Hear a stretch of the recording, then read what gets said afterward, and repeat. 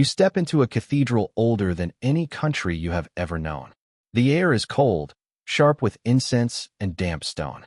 Monks shuffle past you, robes whispering like ghosts. And suddenly, every sound dies. Because at the far end of the aisle, beneath towers of flickering candles and stained glass saints, a king enters, holding the hand of a child. He is 29. She is 6, maybe 7. Too small to even lift the train of her own dress. This isn't a scandal. Not here. Not now. It is a treaty. A ceasefire. A desperate attempt to stop a war that has already eaten half a continent alive. And as trumpets echo and courtiers kneel, you realize something chilling. In this world, peace isn't signed. It is sacrificed. But look closer. This tiny girl isn't frozen in fear. She studies the glowing stained glass, the velvet-clad nobles, the golden-haired king who speaks to her gently.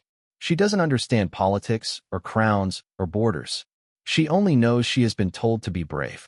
Her name is Isabella of Valois, and history will remember her not as a victim, but as a child forced to grow into a queen long before she ever became a woman. Today, we aren't here for fairy tales. We aren't here for fantasy. We're stepping into a world where royalty bled like everyone else, where childhood was currency, and where one little girl carried the fragile hope of peace between two kingdoms. This isn't a romance. It is survival. And her story begins the moment the doors of Westminster swing open and innocence is traded for a crown. The doors groan before they open. Heavy oak, shaped by centuries of hands and prayers, cold iron hinges straining as though the wood itself understands that what waits beyond is not simply a ceremony, but a turning point. Dust trembles in shafts of blue-gold light, stirred by 1,000 whispers that hush in waves. Cloaks settle. Candles flicker like nervous breaths. The cathedral holds its silence like a body holding air. And then, they enter. First, the king. Richard Plantagenet. Richard of Bordeaux. Richard II of England. 29 years alive, but every year shows tonight. Not in his face, still youthful under golden curls, but in his posture. The way his shoulders bear a kingdom's exhaustion. A sovereign who has buried a wife, buried his trust in nobles, buried hope in long campaigns across a restless realm. His velvet robe trails the floor like a shadow poured from royal blood. Jewels glitter at his chest, not as decoration, but as armor of ceremony, protecting a heart more tired than wounded. He walks like a man fulfilling gravity itself, chosen by divine right, yet dragged by history's weight. A king without an heir. A king with enemies circling like winter wolves. A king who has tasted grief so deep it turns steel inside him soft. The choir's voices falter because something odd happens in that moment. Richard's eyes are gentle. They should blaze with authority or burn with cold duty. But no, he looks like a man stepping carefully near something delicate, something precious. Because beside him, her fingers swallowed by his gloved hand, walks a child.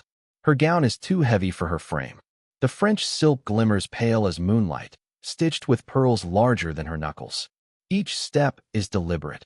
She learned that this morning, maybe yesterday, maybe in a frantic rehearsal whispered by anxious ladies in waiting. Her shoes barely tap the stones. Her braids glitter with polished beads, but her cheeks are round, her shoulders narrow, and her gaze, when it rises shyly from beneath dark lashes, is open, not blank, not frightened, but curious in a way only a child can be curious in the face of something impossible. Her name is Isabella of Valois. She is 6 years old, and tonight, she becomes Queen of England.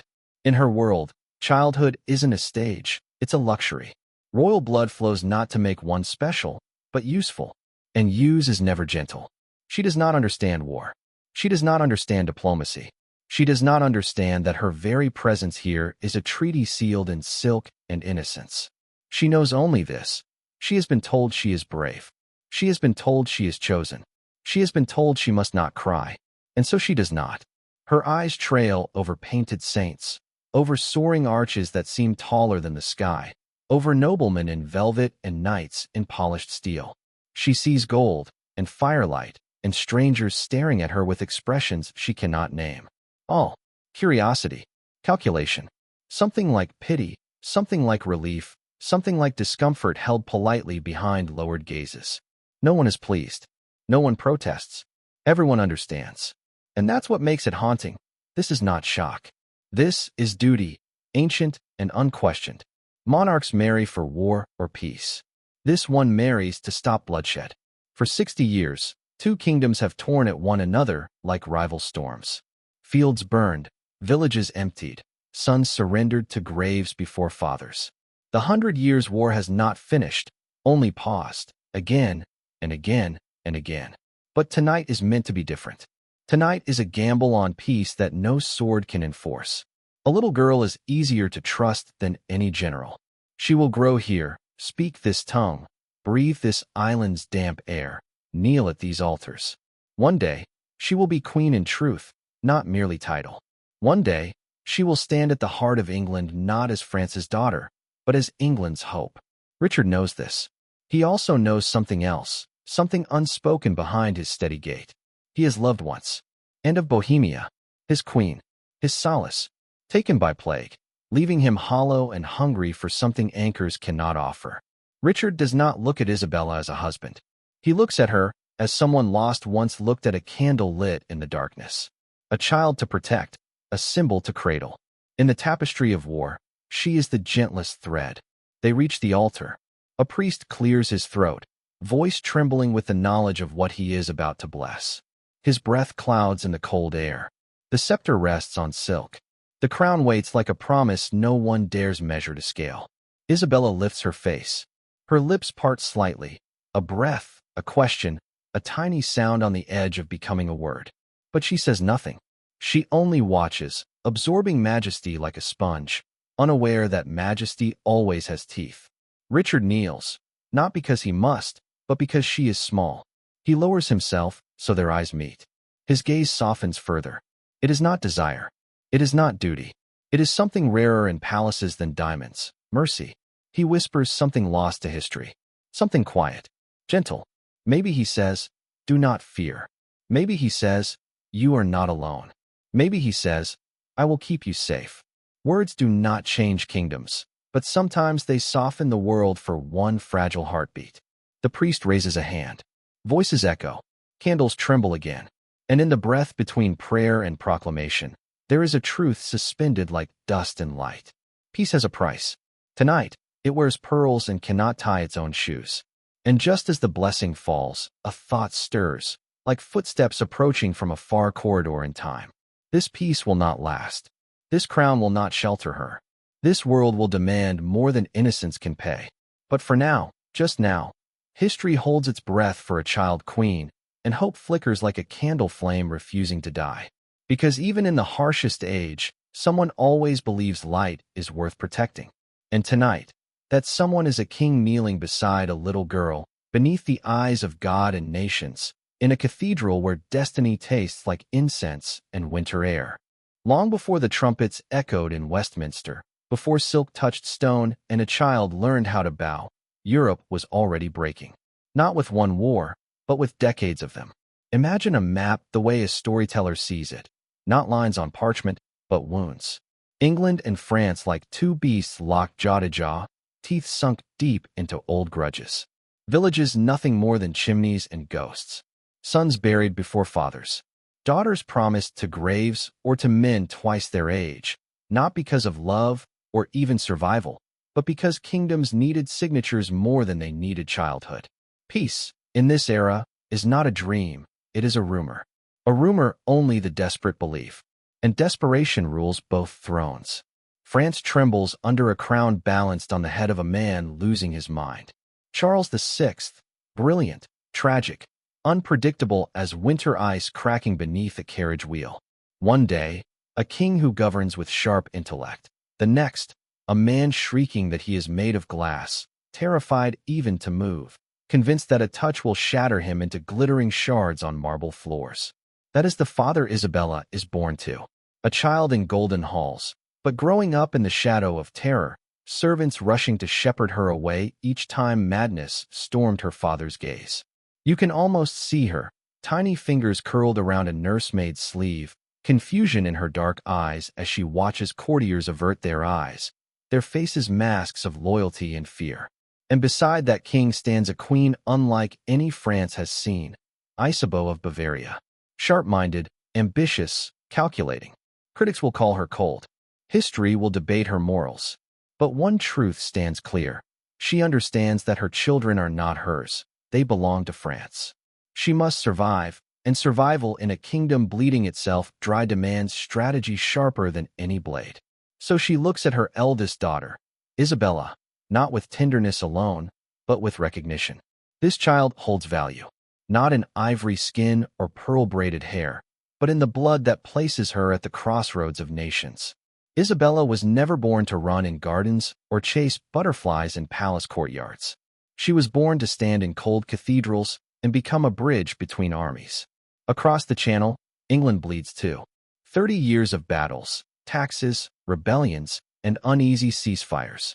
Richard II, a king raised through chaos, crowned as a boy, surviving uprisings and betrayals that would break a lesser soul, knows a truth few dared say aloud.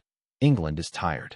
Not defeated, not weak, just exhausted from holding a sword so long its arm begins to shake. The 100 Years' War has swallowed whole generations. It has burned fields, emptied treasuries, and turned farm boys into soldiers who never came home. And through it all, kings march and parliaments argue, and peasants pray the next army marches past instead of through their village. So when French envoys whisper of peace, not temporary, not fragile, but 28 years of it, imagine what that sounds like. Not politics, not negotiation, breath, relief. A chance for children to grow up before being given spears. A chance for harvests to rise instead of burn. A chance to heal. Except peace demands payment. Gold alone isn't enough. Treaties written in ink can be torn. Kings die. Nobles revolt. Armies get restless. To end a war born from blood lineage and royal pride, only blood lineage and royal innocence could be exchanged. And that is where a 6-year-old child becomes more valuable than any army. She does not know this. She cannot. Her tutors teach her letters, not treaties. Her nursemaids braid pearls into her hair, not political wisdom into her soul. Her mother adjusts her gown not like a mother dressing a child, but like a strategist positioning a chess piece. Not cruel, not unloving, just medieval. In these centuries, the cradle sits beside the throne like a ledger. Children are not owned by parents, but by dynasties. Across Europe, sons are promised swords before they can walk. Daughters are promised vows before they can pronounce them. And in that world, Isabella is, strangely, fortunate. Her marriage, though unimaginable to us now, is framed by protection, written guarantees, witnessed vows of safety, a promise that her childhood will continue, just in a foreign land, under unfamiliar skies, with new voices teaching her what to become. She will not be touched. She will not be forced. She will be raised to be queen. Even mercy in this age is harsh by modern measure. Outside palace walls, plague still whispers through streets, memory of its recent slaughter lingering like smoke in the lungs of the living. Entire villages gone, fields empty, bells tolling not for ceremony, but for burial. Life expectancy is a coin flipped by fate and disease. Children rarely reach adulthood. Rulers rarely die peacefully. And kingdoms rarely remain steady longer than a candle lasts in a chapel breeze. This is the soil Isabella grows from, the world that shapes her fate before she can spell her own name. And in England, Richard II stares at maps and scars and remembers the weight of burying his wife, his partner, his equal, and of Bohemia, gentle queen, beloved, mourned by a king whose heart, though armored in ceremony, still knew how to break. Marriage, for him, is no longer companionship. It is obligation. It is calculus. It is history pulling his wrist forward like a marching drum pulling soldiers into fields soaked in the stories of men who never came home. He does not choose Isabella. History chooses for him. And France, for all its splendor, velvet banners, glittering feasts, sweeping courts humming with poetry and politics, chooses her too. Because peace, in a century carved by war, is never free. It is bought. And sometimes, the currency is childhood. So when the doors of Westminster opened, and whispers fell silent, and nobles knelt, and a little girl tried to hold her chin high while her feet barely touched the stone, she was not stepping into marriage. She was stepping into the place history had carved for her long before she took her first breath. Not a bride, not yet a queen, a promise. And like all promises made during war, hers was fragile, priceless, and burdened with the hopes of nations too tired to fight, but too proud to kneel. Before a crown ever touched her head, before English courtiers rehearsed how to pronounce her French name, Isabella became a promise in ink. It began not with ceremony, but with parchment, unfurled in dimly lit chambers where men in fur-lined robes leaned over candle-spotted tables, whispering through fatigue and ambition. The air smelled of wax and cold stone. Quills scratched. Seals waited like red drops of blood. And every stroke of ink moved kingdoms closer to peace or to a different kind of war. The French envoys spoke softly, as men do when carrying fragile hope in their pockets. England listened cautiously, as rulers do when survival looks like surrender. For months, messengers crossed the channel like birds carrying fragile threads of peace between storm clouds. They bargained over land, over gold, over prisoners, but mostly over a child, a 6-year-old girl who at that moment was in Paris learning her letters, unaware that her future was being dressed in treaties and tied with diplomatic ribbon. For France, the proposal was bold. Give England not a truce of months or years, but a generation. 28 years without swords drawn across borders. 28 years for fields to heal, for harvests to grow, for boys to become men without becoming soldiers. But peace at that scale demands proof. Something living, something innocent. And so the French crown offered Isabella, not as a bride in the way the world now understands marriage, but as a living treaty, a royal seed planted in foreign soil that might one day bloom into unity rather than war. Yet even in a century hardened by loss, there were murmurs. She was too young, even by royal standards. 12 was common. 10, in desperate alliances. But 6 felt like asking fate for mercy and daring it to refuse. The French argued youth meant purity, untouched by hatred, untouched by politics, untouched by the weight of grudges carved into old men's bones. She could grow English, speak English, love England. And England, in time, might love her back. Richard's court debated. Whispers moved faster than parchment. Skeptics called it unseemly. Pragmatists called it salvation. Realists called it necessary.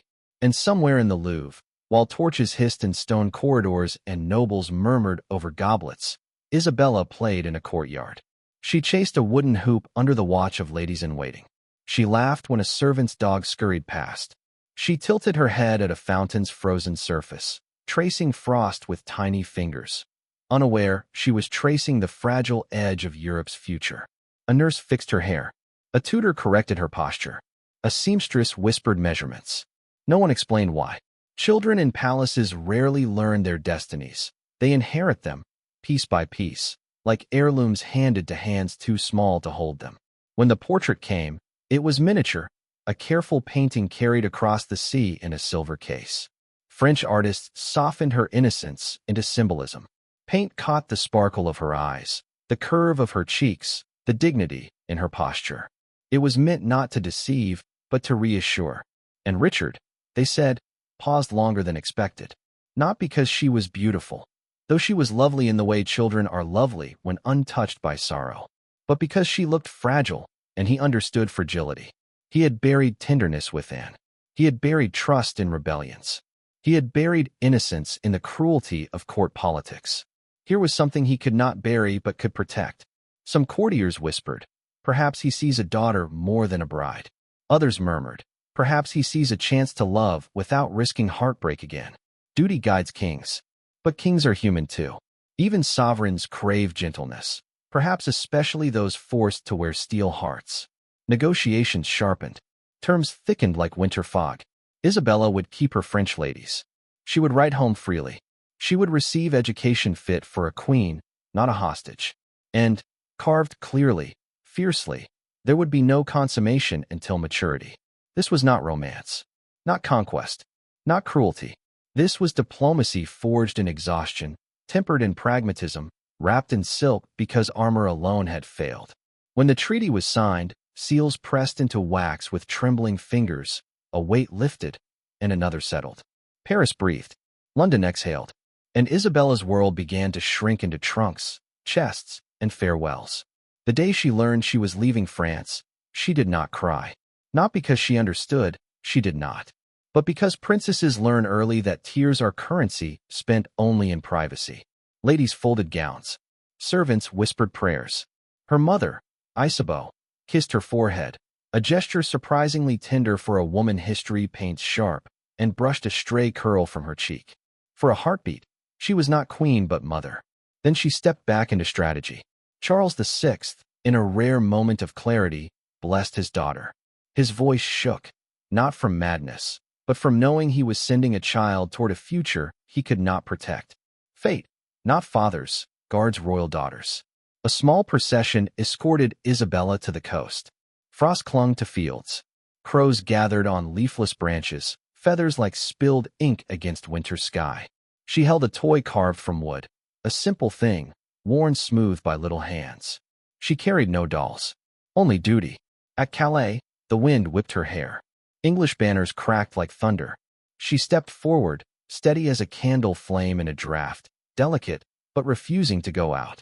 When she met Richard for the first time, she curtsied perfectly. Someone had drilled her in that. Someone had told her this moment mattered.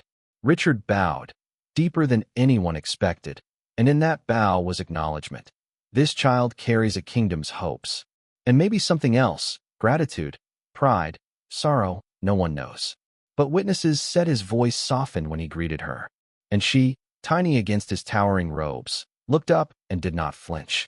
Because courage takes many forms. Sometimes it wears armor. Sometimes it wears silk and pearls and does not yet know what fear costs.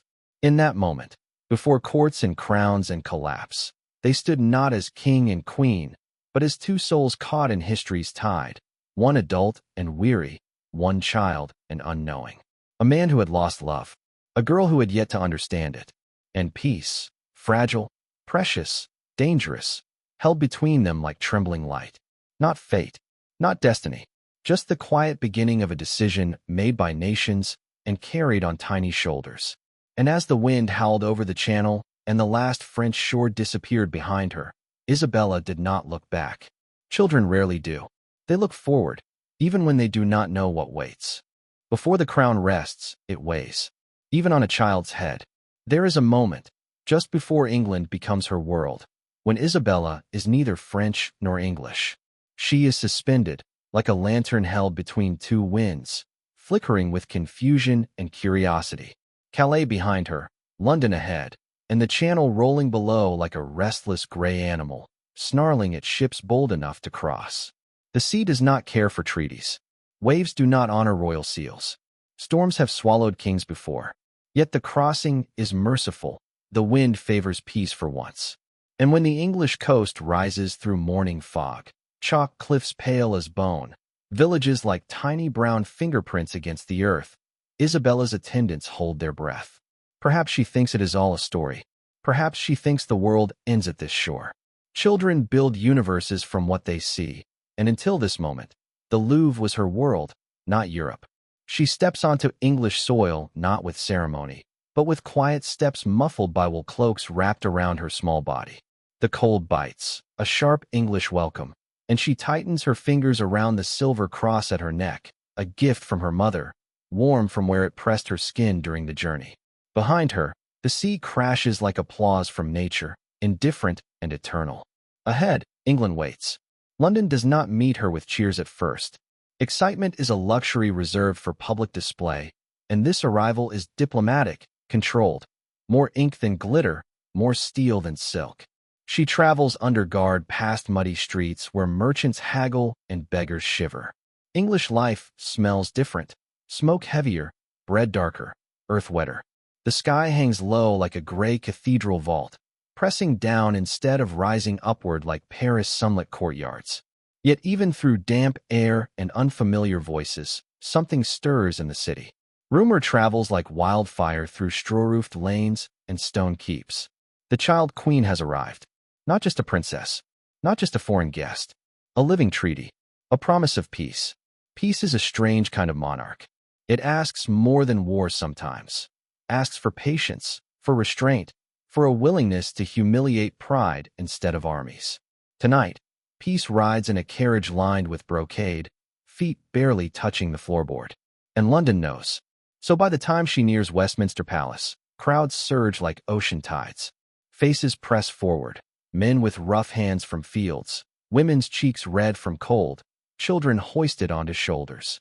People whisper blessings. Some bow, some stare wide-eyed, expecting a queen and seeing only a tiny girl with a braid heavy enough to hurt her neck. One woman gasps, not in mockery, but wonder, and crosses herself. What courage must dwell in such small bones? Another murmurs, God watch over her. In that moment, Isabella is not political currency. She is simply a child in a strange land, who looks up at towering stone like it might swallow her whole and whispers to herself, in French, the only phrase she truly understands in this new world. Be brave. A guardsman hears her. He does not speak French, but he recognizes courage when it stands only 3 feet tall. He lowers his gaze in respect. The palace is not cold like the abbey, it is alive. Firelight dances through hallways where history stalks in tapestries, and armored sentries stand like statues. Here, kings were crowned. Here, tempests of power rise and fall faster than tides.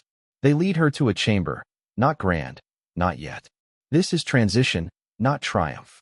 A place to settle her feet before she learns how to walk in a world built for adults. Her French ladies bustle around her, speaking in soft, hurried tones. They straighten her gown, smooth her hair, offer a hot drink with honey. The rush is less about vanity and more about dignity. A child queen must never appear small, even when she is. Then a knock. Richard enters, not as the king who walked the cathedral aisle with divine authority, but as a man who remembers grief. His crown is absent, his robe simpler. He looks taller out of ceremony, somehow, freed of gold weight, wearing only the sorrow of duty. He expects a child who fears him. Instead, he sees a child studying him. Curious, thoughtful, solemn. Her eyes are not pleading. They are observing. Royal children do not ask who you are. They ask what you intend. Richard kneels again, as he did in the abbey. And suddenly every servant and knight averts their gaze, not in protocol, but surprise. Kings do not kneel twice. They do not lower themselves unless something, or someone, deserves reverence. He speaks softly, voice like polished wood, strong, warm, worn. You have been very brave. She blinks, processing. Then she bows her head, awkward, heavy with gems, to acknowledge his words. In that tiny movement, they become allies, if not yet family. The moment is not tender like father to daughter, nor romantic like husband to bride. It is something rarer, recognition between two souls both asked to grow up before they were ready. Richard gestures around them. This will be your home. Home. The word is small enough for a child to hold, yet vast enough to drown in. She nods slowly, fingers curling around her gown, grounding herself. He rises, and the spell breaks. Advisors return to breathing. Ladies in waiting resume, arranging fabrics. A guard shifts his stance, the clank of armor echoing like a clock striking reality. Richard turns to leave, but pauses at the door, that quiet hesitation of a man hovering between roles. King, father figure, guardian of peace. Then he glances back, not with command, but with hope. You will be loved here. A promise no king can guarantee, yet one he offers anyway. Then he is gone, swallowed by corridors of power. And Isabella stands in a chamber unfamiliar, holding courage the way other children hold toys. She moves toward a window, a tall arched one overlooking the river, gray water snaking through the city like a restless vein. Boats drift, bells ring, London breathes. And as she watches the foreign world, she does not cry, because tears are for those who do not yet understand duty, and she has understood since before she understood language. In that window, framed by stone and destiny, she is small but unbroken, gentle but resolute, a girl not yet shaped, but already forged. And somewhere deep in the palace, Richard whispers a silent prayer for the little queen who has crossed an ocean not as a bride, but as a bridge. Peace rests on tiny shoulders, and tiny shoulders straighten. Tomorrow, she will learn her first English word. Tonight, she learns how history feels when it begins to settle on your bones. There is a silence that follows great ceremonies, the kind that sinks deeper than prayer, deeper than applause, deeper than ritual. After vows have been spoken, after crowds withdraw like a tide leaving footprints in the sand, After torches burn low and ribbons sag, there is a stillness where truth settles. For Isabella, that silence arrives not at the altar, not along the corridors of Westminster, but in the hours after the final bell tolls. When the world leaves her alone with her own heartbeat, small, persistent, searching. The wedding feast had passed in a blur of color and sound. Plates of gilded silver, bowls steaming with spiced broth, musicians plucking soft melodies, nobles toasting peace and the wisdom of kings. And there she sat, lifted on a chair too tall, wearing jewels older than her ancestors, her feet dangling above the floor. A child among titans, rehearsed smiles, steady posture, eyes studying everything, because children learn first by watching. Across from her, Richard sat at the high table. But after the ceremony's thunder, he seemed quieter, almost spectral, as though he had poured too much of himself into the vows, into the performance of kingship, into the dangerous hope that peace might finally hold. He did not look like a conqueror. He looked like a man who wanted to exhale.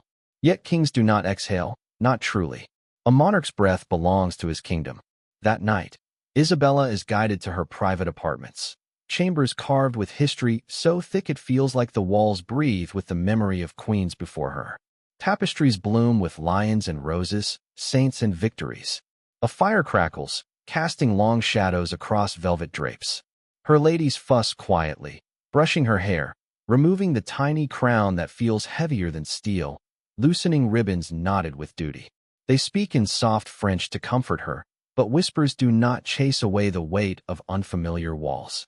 When they leave, candles still burn. The hearth glows, but the space feels enormous, a palace of echoes. A bed too large, pillows stacked like clouds, linens embroidered with golden threads, beautiful, but foreign. She clutches her small carved toy under the covers, the last piece of childhood not taken, not gilded, not shaped into diplomacy. A tiny wooden horse, worn smooth by French fingers, crossing the channel just as she has. Outside, midnight settles. Inside, a girl closes her eyes, not in sleep, but in concentration. She repeats the only English phrase she has memorized so far. Not hello, not queen, not yes or thank you. Be brave. She whispers it until her breathing slows, until courage feels like a blanket thicker than tapestry silk. Elsewhere in the palace, Richard II does not sleep. He moves through royal chambers like a restless ghost wearing velvet. Servants pretend not to see the unguarded tilt of his shoulders, the way his hand occasionally grazes stone walls as though grounding himself. He enters a private oratory, a small, candlelit room where kings kneel before God and their own doubt. He kneels now, not in triumph, but in conflict.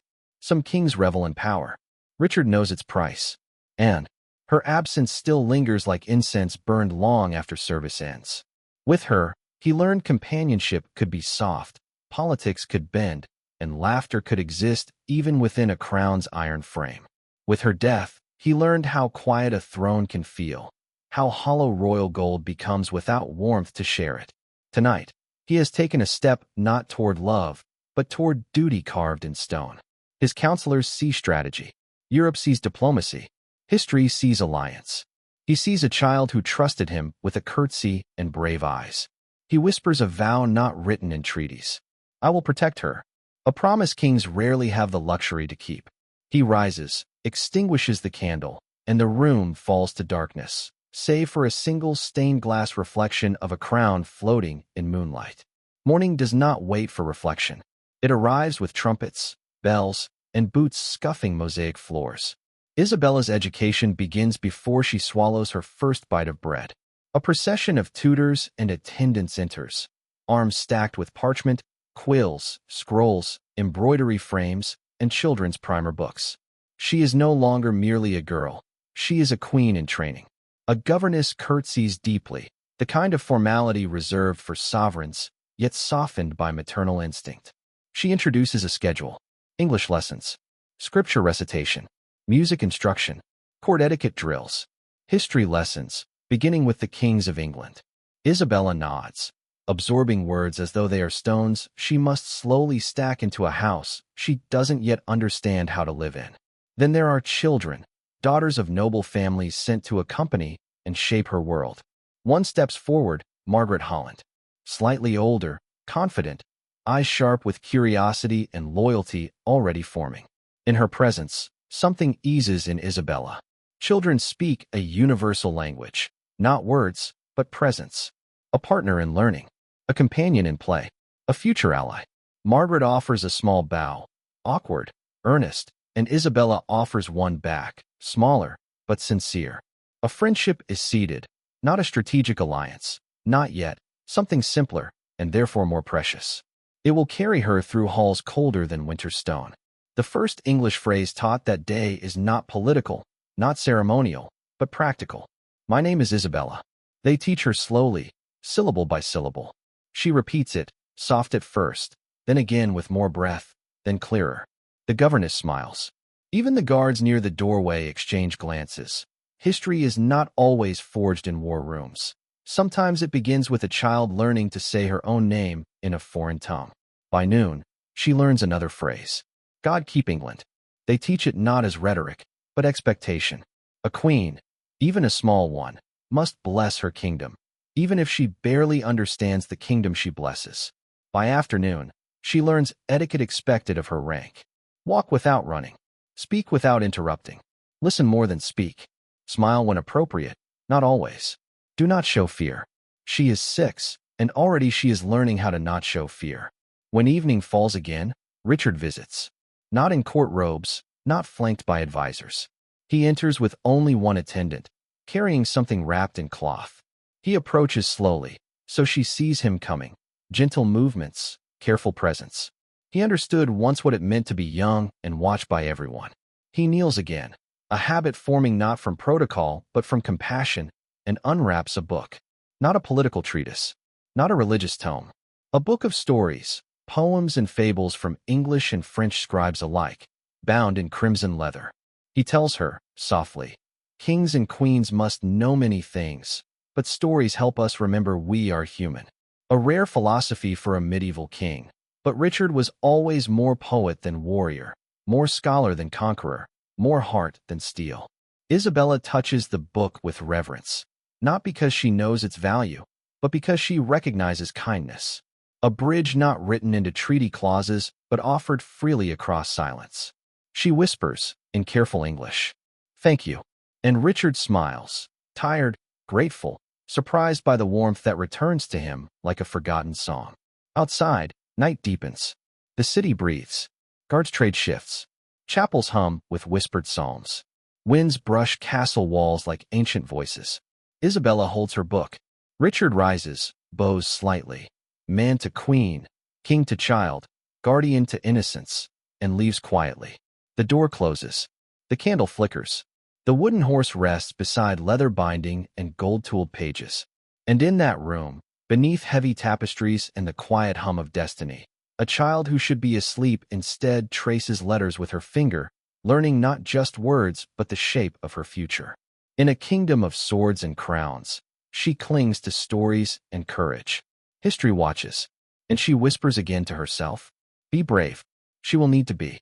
Time in a royal court is measured not by seasons or candles, but by ceremonies, letters sealed in wax, and the slow shifting of alliances like stars across a night sky.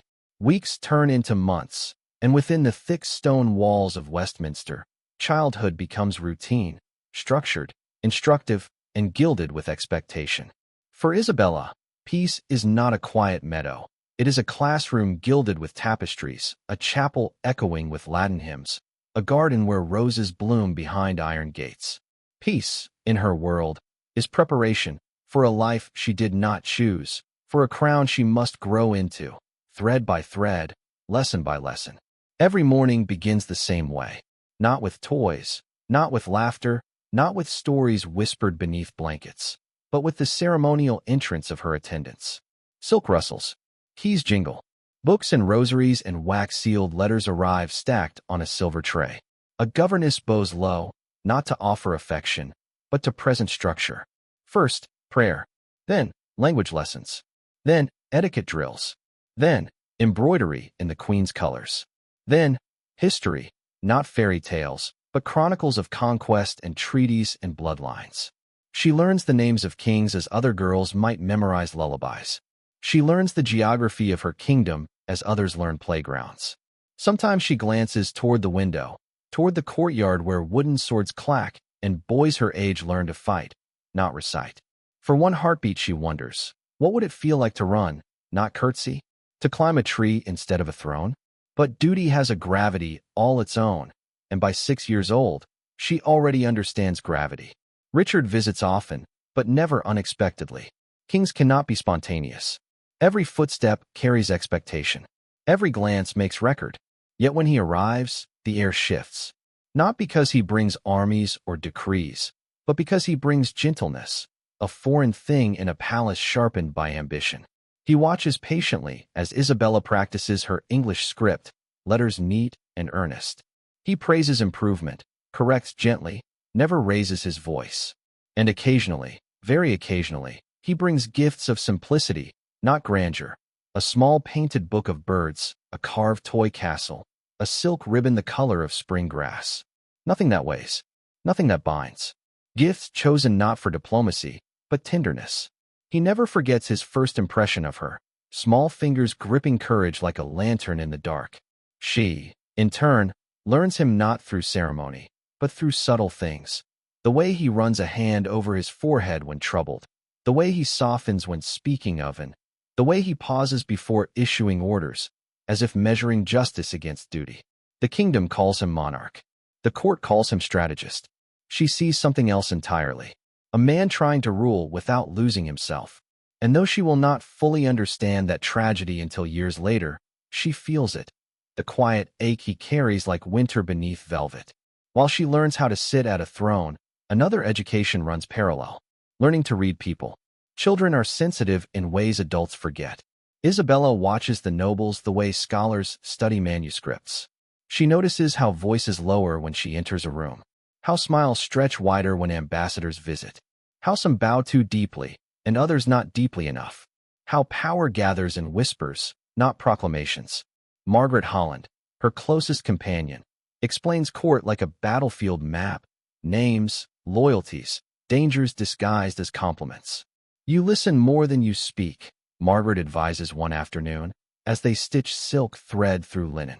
But when you speak, they must hear a queen. Isabella nods solemnly.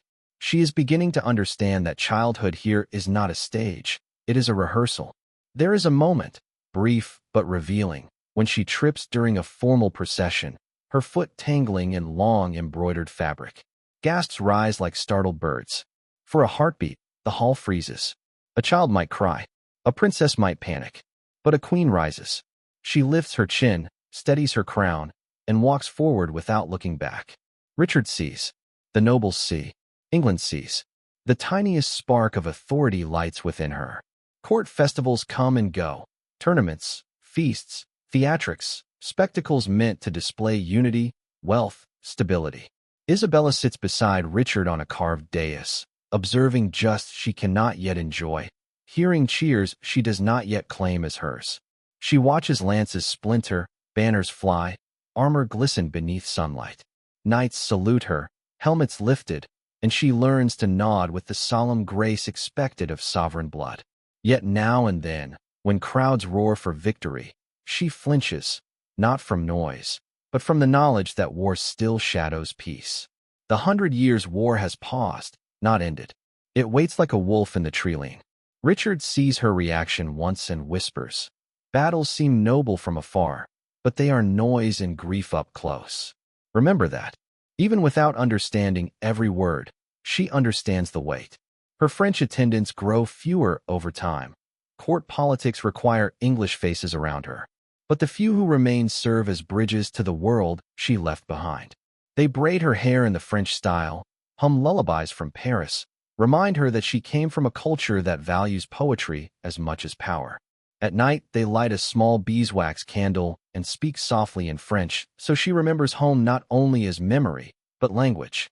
Sometimes Isabella dreams in two kingdoms, her mother's voice calling from one shore, Richard's gentle counsel from another, and she like a small boat drifting between.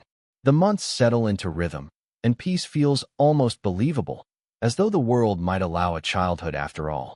Then one day, a messenger arrives battered by sea winds, cloak smelling of salt and urgency.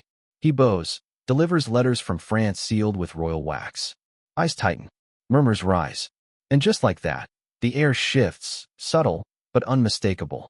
The treaty that brought her here floats above her like a fragile glass bell. Children do not understand geopolitics, but they understand fear. And she sees it. In her attendant's tightened lips, in Margaret's uneasy silence, in Richard's careful tone when he later enters her room. Letters from France, he tells her softly. She nods, unable to ask the questions she feels forming like winter frost in her throat.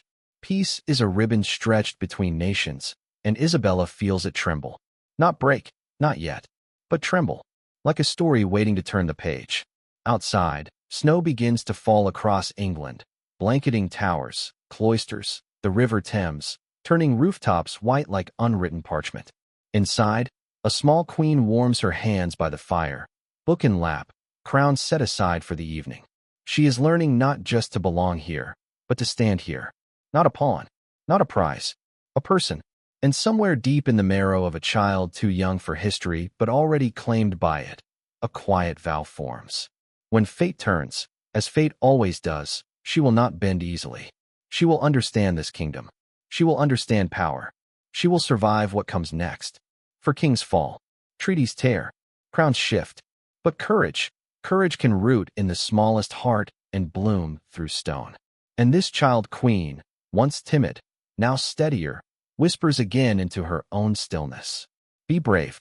There are moments in history when peace does not end loudly, with trumpets or cannon fire, but with whispers in corridors, with sealed letters carried in trembling hands, with glances exchanged across council tables like blades sliding silently from their sheaths. One morning, Isabella wakes not to tutors arranging books or her governess smoothing gown folds, but to silence so deep it feels like the palace itself is holding its breath. Even the bells outside seem hesitant, their usual rhythm broken. First toll, pause, a beat too long, then another stroke, lower, uncertain. Something has changed, something no child should ever have to feel in her bones. When she steps into the corridor, still in her ivory nightgown, two of her French ladies kneel abruptly, gathering skirts, whispering in hurried French. Their voices tremble. They stop speaking when they see her, not out of respect, but fear. And fear, Isabella has learned, is a language universal and unmistakable. Your Majesty, one finally says, a little too quickly, you must dress. There are developments. Developments. That word grown-ups use when they mean danger, but don't want a child to panic.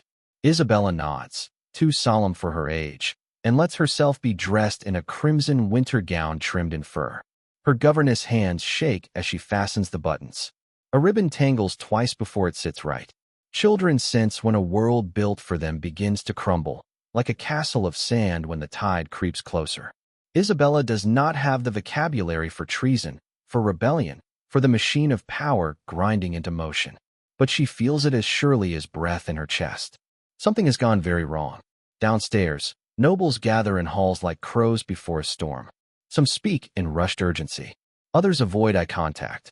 The scent of cold air clings to cloaks recently worn outdoors, meaning riders have come or gone, bearing news like burning embers. Margaret finds her, eyes wide, hair braided unevenly as if she had woken suddenly. They say, Henry Bolingbroke has returned. She whispers, not in triumph or fear, but confusion, as if naming a ghost who should have stayed dead in exile. Isabella recognizes the name from lessons, from murmured conversations. Richard's cousin. Banishment. Ambition coiled like a bowstring. Richard had once described politics to her as a river beneath the floorboards, unseen, but always flowing. Today, that river surges. Margaret grasps her hand tightly, and it is only then Isabella realizes she is cold, not from winter, but from the realization that the crown she has been learning to wear may not protect her. Richard does not appear that morning. His absence speaks louder than any proclamation. When he finally arrives, cloak dusted with frost, boots carrying the weight of sleepless nights, Isabella sees it plainly. Kings don't always fall on battlefields. Sometimes they fall in their own halls. He kneels, just as he always has, but there is urgency in the gesture now, a quiet desperation. He takes her hand, the gesture more father than king, and for the first time his voice carries tremor. "My brave girl," he says softly. "There are men who believe the crown belongs to them. They come wearing loyalty as a mask and ambition as a blade." Isabella swallows. Her voice is a whisper. "Will they take it from you?" He does not answer immediately. That silence is answer enough. "Power," he finally says, "is not stolen in a single stroke. It is weakened by doubt, chipped away by betrayal, handed over by those who should defend it." She doesn't fully understand, but she understands enough. "Am I safe?" she asks. Kings lie when they must. But Richard does not to her. "I will do everything in my power to protect you," he says, pressing her small hand between his gloved ones. "Whatever happens to me, remember who you are. You are a queen, not because a crown rests on your head, but because grace rests in your heart." She nods. She does not cry. She will later, alone, quiet, into her pillow so no one hears a queen breaking. But not now. Now she holds his gaze, steady and brave, just as he once knelt to meet hers. She whispers the only English phrase that matters. "I will be brave." Richard smiles, not like a king, but like a man grateful for one last spark of light in a darkening world. Within days, the palace shifts from schooling and ceremony to tension and flight. Servants pack hurriedly. Guards change posts. Rumors spread like wildfire in a dry forest. A child does not need explanations. She sees urgency in hurried footsteps, in the way adults bow without meeting her eyes, in the sudden absence of smiles. Then the moment comes, late one evening, when Margaret bursts into her chambers again, just as she did weeks earlier, panic sharp as steel. "We must go. Now." The Tower of London. The words aren't spoken aloud, but they hang in the air like an omen. Isabella is lifted into a cloak too heavy, hands guided, feet moving even as her heart trembles like a sparrow caught in a storm. The journey through darkened streets is nothing like her coronation ride. No cheers, no banners. Only the clatter of hooves, the scrape of armor, the cold bite of fear. She clutches a small book to her chest, the one Richard gave her, as if stories could shield her from steel.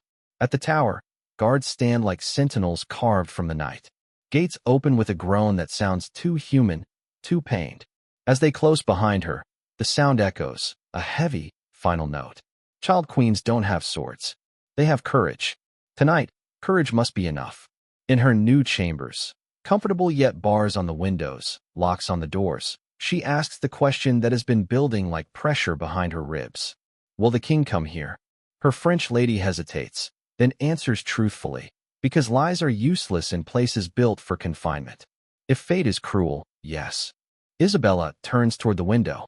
Snow falls again, soft as breath, indifferent to kings, to crowns, to frightened children in towers. She presses her palm to cold glass, world blurring beyond. She whispers, for herself, for Richard, for whatever future clings stubbornly to hope. Be brave. It's no longer just a reminder. It's a promise. For queens are not made in coronations. They are made in captivity. Captivity for a child is not a chain, it is a silence. It is not iron shackles or dungeon walls. It is rooms too quiet, steps too measured, voices too careful. It is learning to breathe carefully so no one hears fear inside your chest. Isabella's world shrinks to stone and guarded doorways. Lesson books and prayer hours continue, but they feel like performances now, motions made to pretend life has not shifted when every breath whispers truth. She is a queen in name, but a prisoner in reality. The Tower of London is not cruel in its furnishing. Tapestries hang, braziers burn warm, cushions soften hardwood, yet every velvet drape feels like camouflage over threat. Barred windows, keys turning, shadows stationed. Comforts do not erase captivity, they sharpen it. The first night, she searches for stars through the iron lattice. She finds only one, faint and trembling above the smoke of winter chimneys. It flickers like hope learning to stand upright. Her French ladies murmur prayers. Margaret tries to be brave, but her hand clutches Isabella's sleeve too tightly as the guard door shuts each night. The youngest queen in Europe sleeps not as royalty, but as a child afraid to close her eyes, in case the world changes again before dawn. Sometimes she dreams of France, of warm halls, her nurse's laughter, bells of Paris. She wakes to stone, breath misting cold, heartbeat quick and small. For a moment, she must remember where she is, who she is. A queen, a prisoner, still a child. And yet, she rises every morning. Queens do not get to collapse. The first official message comes days later, parchment sealed with Henry Bolingbroke's crest. Isabella watches a lady unfold it, eyes darting. Henry does not threaten. He does not rage. His words are polite, chillingly polite. He calls her the honorable child, not queen. He assures her of respect, not loyalty. He writes that England is secure, not that she is safe. Children understand tone even before vocabulary. She reads between lines. He does not yet know what to do with her. And uncertainty is as dangerous as hatred. Her attendants debate quietly in French. Return to her father? Remain as leverage? Be remarried? Every word slices the air. Isabella keeps her face still, chin lifted, just as Richard taught her. Stillness is a shield. Composure is armor. A queen cannot bleed where enemies can see. Richard sends one final message. She receives it at dusk, ink still fresh enough to glisten. The letter is brief, not for lack of feeling, but because time presses on him now like a blade. My brave little queen. Fortune changes. Courage must not. No fear. No sorrow. Only dignity. The last currency a fallen king possesses. She traces each letter with her fingertip, memorizing the writing as if by knowing the shape of his handwriting, she could hold on to the world before it cracked. She whispers his words aloud until they root inside her. Courage must not. Days blur, but in captivity, days are counted not by tasks, but by losses. First, they take away some of her French servants. Reassignment, they claim. But everyone knows. Fewer familiar faces means fewer witnesses to her identity. Then they remove certain books, especially those gifted by Richard. For safekeeping, they say. But she sees the truth. Libraries are power, memory is power, comfort is power. They do not take her small carved horse, because they do not see it as power. But she knows better. Childhood is not a weakness, it is origin. It reminds her she was not born into stone walls. She was born into sunlight, language, family. She was someone before this. And that memory becomes a fortress no guard key can lock. On the third week, Henry himself arrives. They prepare her for him, not like a child, but like a monarch meeting another. Gown straight, hair braided, back straight, hands folded. She has practiced this posture, but now it feels like armor, not etiquette. He enters, tall, cloaked in power and certainty, a man who believes the world bends for those who dare to seize it. But his eyes carry a flicker of calculation as he sees her, young, poised, unbroken, not crying, not shrinking, not defeated. She curtsies, precise, royal. He bows, shallow, strategic. Isabella, he says, testing the name. She meets his gaze. My name is Queen Isabella of England. The room freezes. Even at 7, she knows the difference between truth and position. Henry is king by conquest, not lineage. She is queen by treaty, ceremony, blood, and oath. Two realities collide in silence. Henry studies her, not with cruelty, but with the cold eye of a chess player assessing an unexpected piece still standing on the board. He does not scold. He does not acknowledge the title. He simply says, "You have courage. I respect that." But respect does not guarantee mercy. He turns, cloak sweeping the floor, and leaves without further word. She does not tremble until after the door shuts. Margaret holds her hand until the shaking stops. Time changes her here, not physically, but in the quiet places where childhood bends into resolve. She watches guards, learns their patterns, learns which nobles bow and which avoid her eyes, learns who fears Henry and who fears her. She listens more than she speaks, learns that knowledge is a weapon as sharp as any blade. She prays, not for rescue, but for clarity. And sometimes, at night, she climbs onto a window bench, pressing her forehead to cold iron. She sees the city, torches flickering, the Thames curling like a dark ribbon. Freedom is just outside. But she does not imagine running. She imagines walking out the front gate one day, head high, crown returned not by men, but by fate. And then comes the whisper, the rumor she tries not to believe.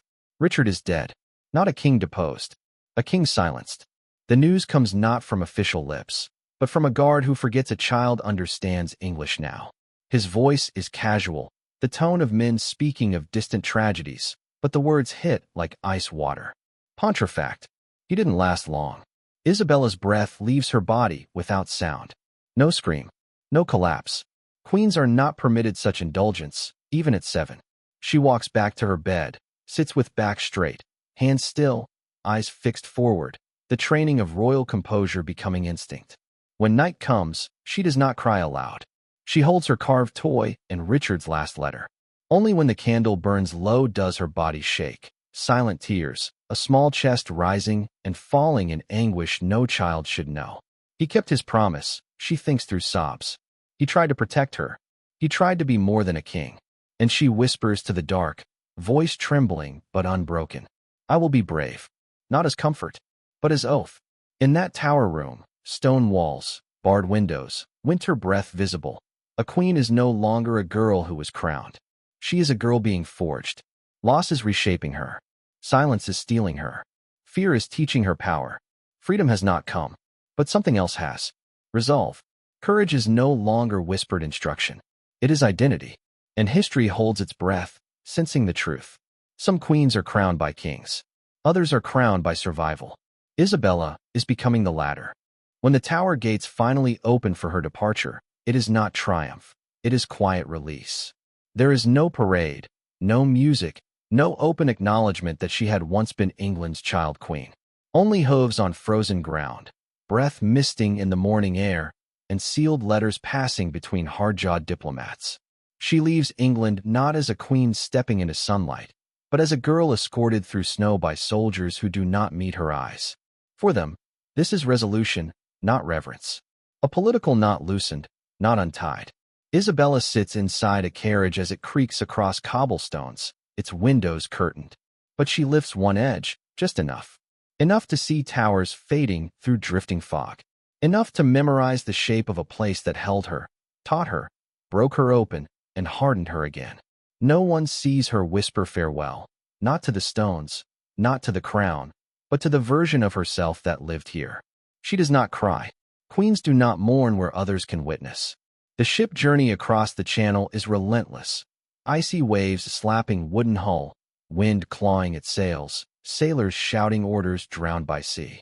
The world around her shifts violently, but Isabella remains still, wrapped in fur, hair braided tightly, as if woven into duty. Margaret stays close, holding Isabella's hand during harsh swells.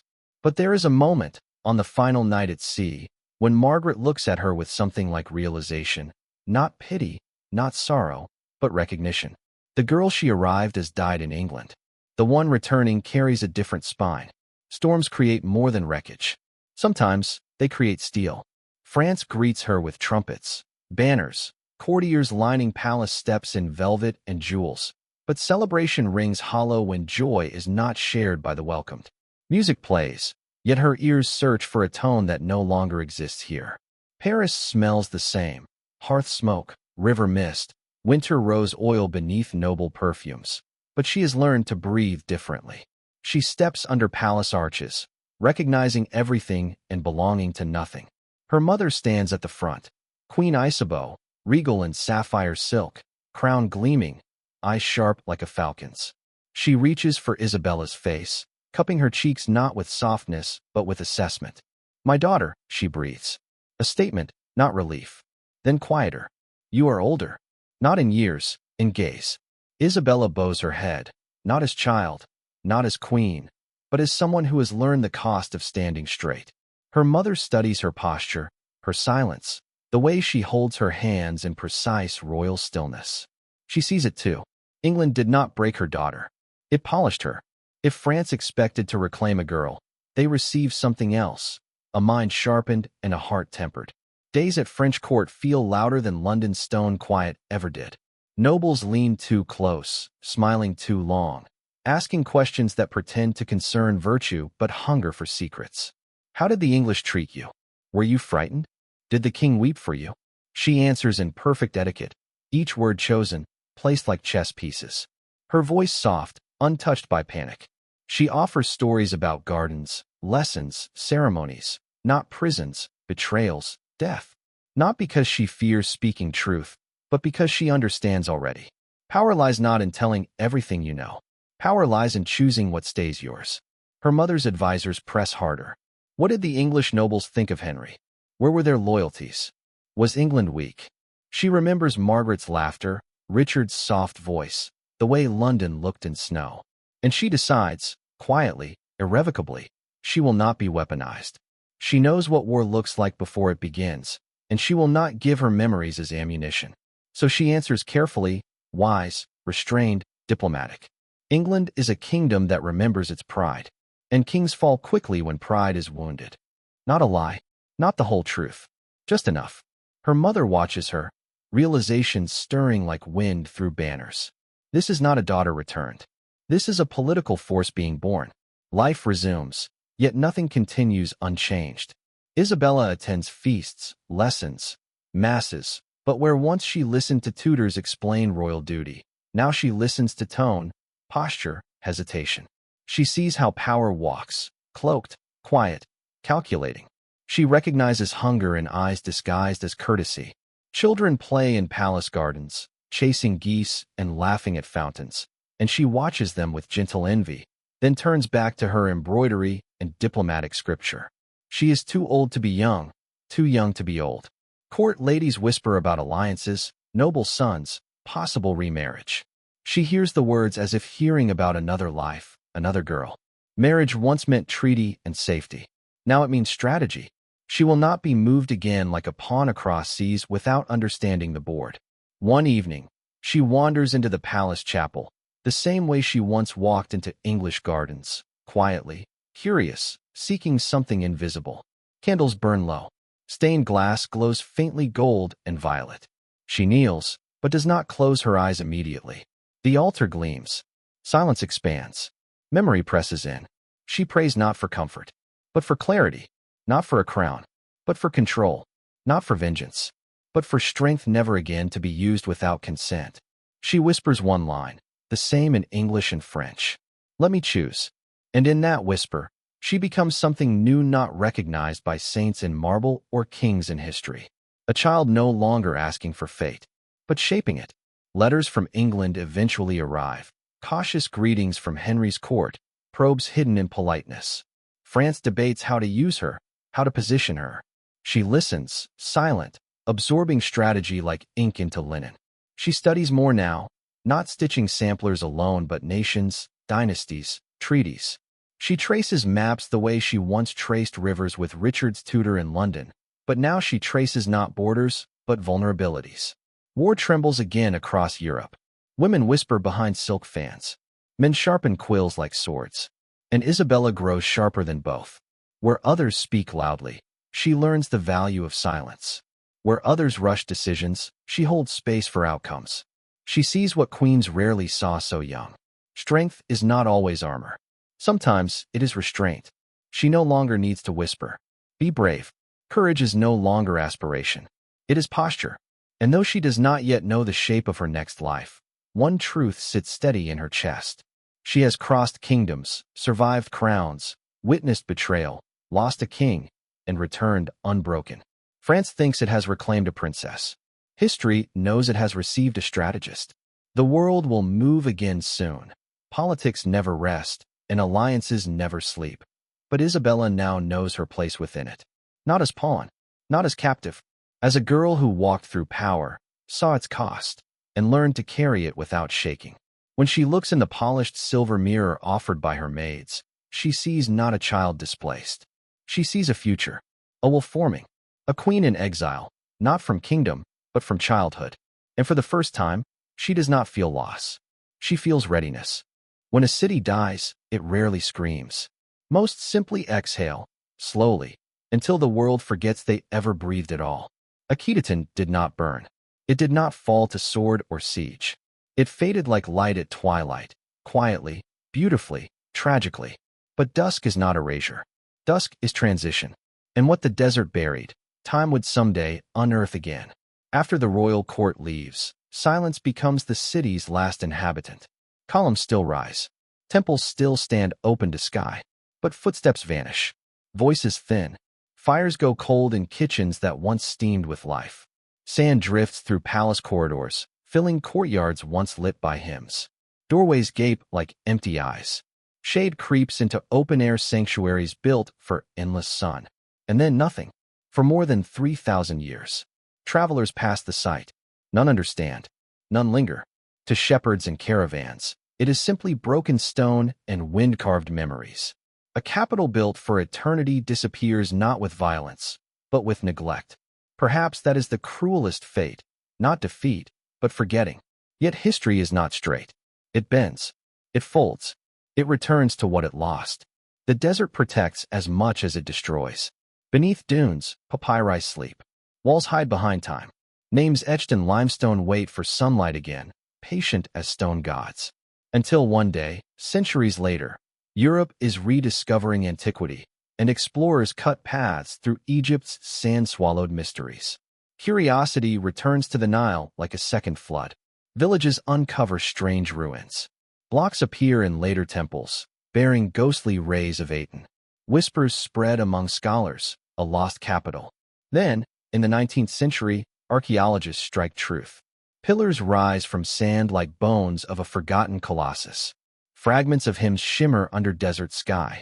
A face emerges, elongated, dreaming, unlike any other pharaoh. Akhenaten returns, not to rule, but to be questioned. Historians debate. Visionary? Fanatic? Mystic? Reformer? Rebel against gods? Or seeker of greater oneness? He is all of them, and none of them. Greatness and ruin often walk together. In the early 20th century, another discovery ignites the world. A tomb sealed for millennia. Treasures untouched by thieves. A young king's face under gold and myth, Tutankhamun. And with him, clues to the world his father tried to reshape. Journalists worldwide write headlines. Crowds gather. Egyptology becomes a modern obsession. Yet the story behind the gold is not glitter, it is inheritance. The boy king who restored the gods of old. The child raised in a world of sun and fragility. The heir to a dream already collapsing when he first wore the crown. He was not the architect of change. He was its epilogue. And his resurrection in the modern era resurrected something else too. Akhenaten's question. Because at the heart of this strange, luminous chapter is not just religion or policy or power. It is a human question older than pyramids. Can a single person remake the world? Civilizations remember conquerors. They praise engineers, generals, strategists. Akhenaten did not conquer. He attempted something far harder. He tried to change belief. Tried to dismantle gods older than language. Tried to replace tradition with principle. Tried to build a world on light, not lineage. For a moment, a breathtaking, impossible moment, he succeeded. And then reality, slow but unstoppable, pulled Egypt back. But defeat does not erase daring. Ideas do not live only in triumph. Sometimes they endure in ruins, in questions, in echoes that refuse to fade. Today, scholars still debate his theology. Historians trace early monotheistic threads. Artists marvel at the intimacy of Amarna sculptures, tender, human, alive. Tourists stand among broken columns and feel something both ancient and startlingly modern. A sense that they are walking through a failed future. A city not born of war or economy, but of belief. A kingdom built not to dominate the world, but to illuminate it. Perhaps that is why Akhenaten remains magnetic. He is not easily categorized. He does not fit neatly into the narrative of empire. He reminds us that civilizations do not rise only through force. Sometimes, they rise through faith and fall through it too. At sunset in modern Amarna, the desert glows amber. Wind whistles between cracked stones. Shadows stretch long, as they did thousands of evenings ago. Stand there long enough and you feel it. Not loss, but presence. Not ruin, but memory pressed into dust like footprints never fully erased. A king once looked at this horizon and believed he could pull heaven down to earth. And for a moment, he did. That moment passed, but the boldness remains. Even his critics admit it. Few men dared as he did. Few paid as dearly. Few are remembered with such controversy and awe. In the end, Akhenaten's kingdom did not survive. But his story did. And sometimes, that is another kind of immortality, flawed, disputed, luminous in its imperfection. The sunborn dream collapsed. Yet no empire, no priesthood, no decree could bury the questions he left behind. What is power without tradition? What is belief without community? Can truth be imposed, or must it be shared to live? And is failure always loss, or simply the price of dreaming beyond one's time? History offers no verdict, only echoes. The city is dust. The god is silent. The king sleeps. But light, the thing he worshipped, still rises each morning over broken stones, warming them like a promise whispered across centuries. Even fallen worlds leave sunlight behind.